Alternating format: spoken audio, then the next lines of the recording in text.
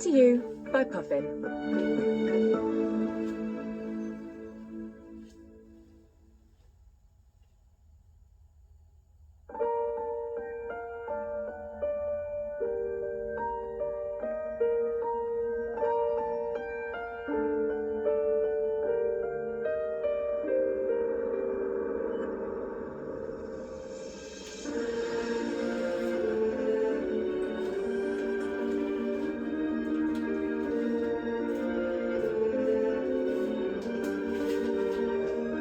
James and the Giant Peach by Roald Dahl.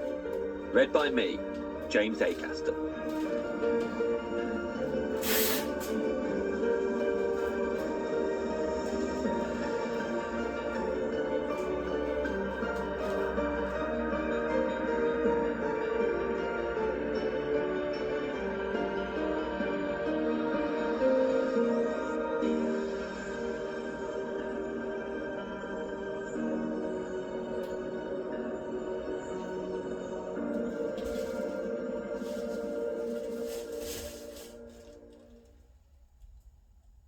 Until he was 4 years old, James Henry Trotter had a happy life. He lived peacefully with his mother and father in a beautiful house beside the sea. There were always plenty of other children for him to play with and the ocean to paddle in. It was the perfect life for a small boy. Then one day, James's mother and father went to London to do some shopping, and there a terrible thing happened. Both of them suddenly got eaten up, in full daylight, mind you, and on a crowded street, by an enormous, angry rhinoceros which had escaped from the London Zoo. Now this, as you can well imagine, was a rather nasty experience for two such gentle parents. But in the long run, it was far nastier for James than it was for them. Their troubles were all over in a jiffy. They were dead and gone in 35 seconds flat. Poor James, on the other hand, was still very much alive, and all at once he found himself alone and frightened in a vast, unfriendly world. The lovely house by the seaside had to be sold immediately, and the little boy was sent away to live with his two aunts. Their names were Aunt Sponge and Aunt Spiker, and I am sorry to say that they were both really horrible people. They were selfish and lazy and cruel, and right from the beginning they started beating poor James for almost no reason at all. They never called him by his real name, but always referred to him as, "You disgusting little beast," or "You miserable creature." And they certainly never gave him any toys to play with or any picture books to look at. His room was as bare as a prison cell. They lived, Aunt Sponge, Aunt Spiker, and now James as well, in a strange, ramshackle house on the top of a high hill in the south of England. The hill was so high that from almost anywhere in the garden, James could look down and see for miles and miles across a marvellous landscape of woods and fields. And on a very clear day, he could see a tiny grey dot far away on the horizon, which was the house that he used to live in with his beloved mother and father. And just beyond that, he could see the ocean itself. But James was never allowed to go down off the top of that hill. "The nasty little beast will only get into mischief if he goes out of the garden," Aunt Spiker had said. And terrible punishments were promised him, such as being locked up in the cellar with the rats for a week, if he even so much as dared to climb over the fence.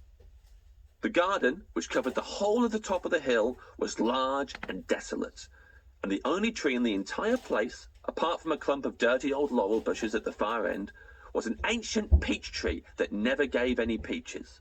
There was no swing, no seesaw, no sandpit, and no other children were ever invited to come up the hill to play with poor James. And as time went on, he became sadder and sadder, and more lonely. After James Henry Trotter had been living with his aunts for 3 whole years, there came a morning when something rather peculiar happened to him.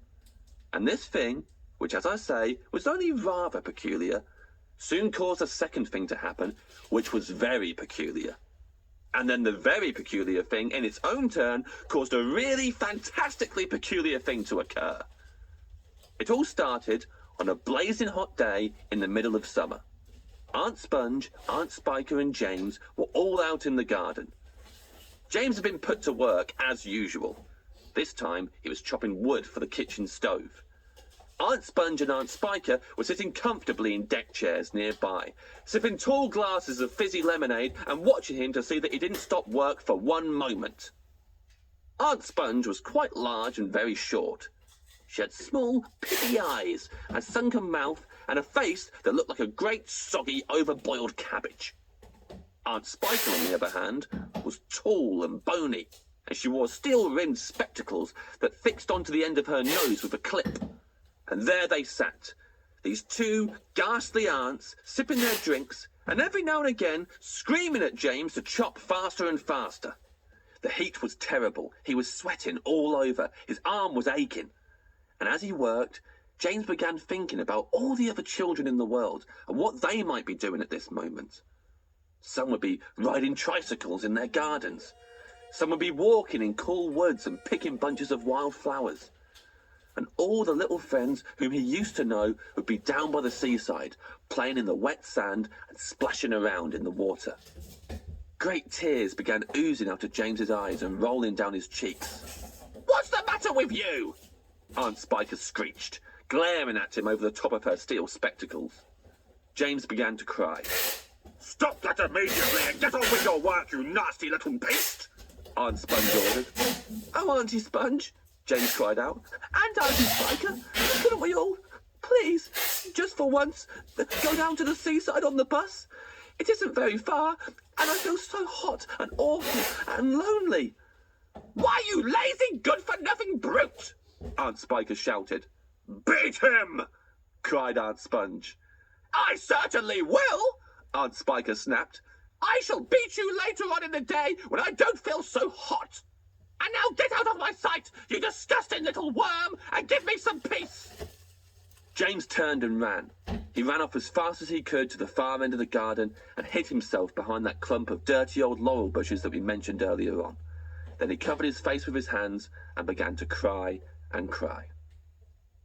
It was at this point that the first thing of all, the rather peculiar thing that led to so many other much more peculiar things, happened to him. For suddenly, just behind him, James heard a rustling of leaves, and he turned round and saw an old man in a funny, dark green suit emerging from the bushes. He was a very small old man, but he had a huge bald head and a face that was covered all over with bristly black whiskers. He stopped when he was about 3 yards away, and he stood there, leaning on his stick and staring hard at James. "Come closer to me, little boy," he said, beckoning to James with a finger, "and I will show you something wonderful." James was too frightened to move. The old man hobbled a step or two nearer, and then he put a hand into the pocket of his jacket and took out a small, white paper bag. "You see this?" he whispered, waving the bag gently to and fro in front of James's face. Then he came nearer still, leaning forward and pushing his face so close to James that James could feel breath blowing on his cheeks. "Take a look, my dear," he said, opening the bag and tilting it towards James. Inside it, James could see a mass of tiny green things that looked like little stones or crystals, each one about the size of a grain of rice. They were extraordinarily beautiful, and there was a strange brightness about them, a sort of luminous quality that made them glow and sparkle in the most wonderful way. "Listen to them," the old man whispered. "Listen to them move." James stared into the bag, and sure enough, there was a faint rustling sound coming up from inside it. And then he noticed that all the thousands of little green things were slowly, very, very slowly, stirring about and moving over each other as though they were alive. "There's more power and magic in those things in there than all the rest of the world put together," the old man said softly. But what are they?" James murmured, finding his voice at last. "Aha!" the old man whispered. "You'd never guess that." Then suddenly, he jumped back and began waving his stick madly in the air, crocodile tongues, he cried. 1,000 long, slimy crocodile tongues boiled up in the skull of a dead witch for 20 days and nights with the eyeballs of a lizard. Add the fingers of a young monkey, the gizzard of a pig, the beak of a green parrot, the juice of a porcupine, and 3 spoonfuls of sugar. Stew for